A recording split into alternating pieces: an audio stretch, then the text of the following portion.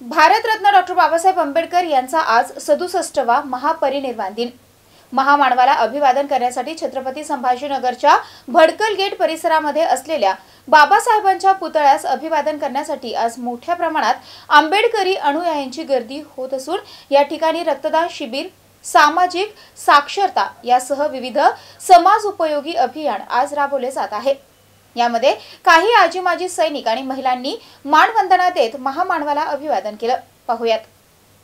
बाबासाहेबांनी 1941 मध्ये Mahar battalion open केलेली आहे आणि ते बाबासाहेब ह्या बटालियनचे संस्थापक आहेत।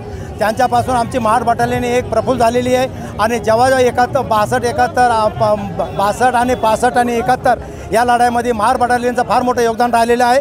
त्या माध्यमातून आम्ही हे समजतो की बाबासाहेबांनी जे आमच्यासाठी केलेले आहे हे आणखी कोणी करू शकत नाही।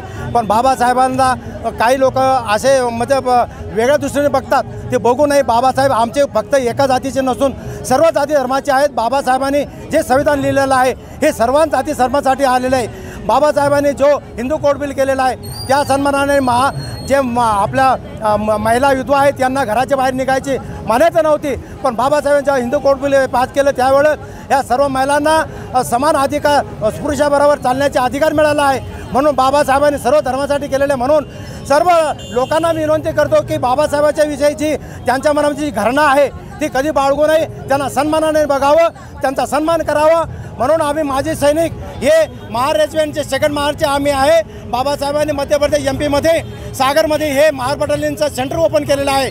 त्या माध्यमातून आम्ही सर्व माजी सैनिक इथे येऊन बाबासाहेबांना अभिवादन करतो। त्यांचं खरेच आम्ही अभिवादन करून आम्ही त्यांचे कधीच उंच फिरणार नाही, म्हणून मी बाबासाहेबांना परत एकदा सल्यूट करतो।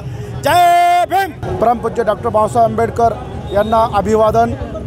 महार बटालियनची सुरुवाती डॉ. बाबासाहेब आंबेडकरांनी केलेली आहे आणि त्यामुळे आम्ही सगळे महार ग्रुपचे, महार रेजिमेंटचे महार सैनिक बाबासाहेबांना अभिवादन देण्यासाठी भडकल गेट येथे आज जमा आहे। मी एक माझ्या सैनिकाची विधवा पत्नी, महार रेजिमेंट कमल भगवान खरात 3rd महार रेजिमेंटची आहे आणि समता सैनिक दल आमचा हा फार मोठा ग्रुप आहे।